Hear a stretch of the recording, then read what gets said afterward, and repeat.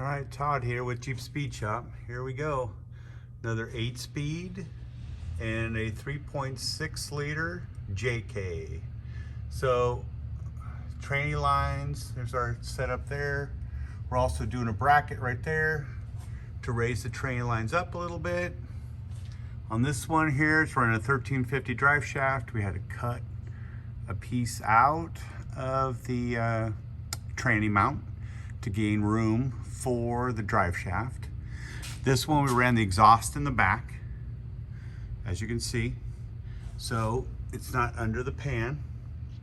And the front, now the exhaust is running through the back.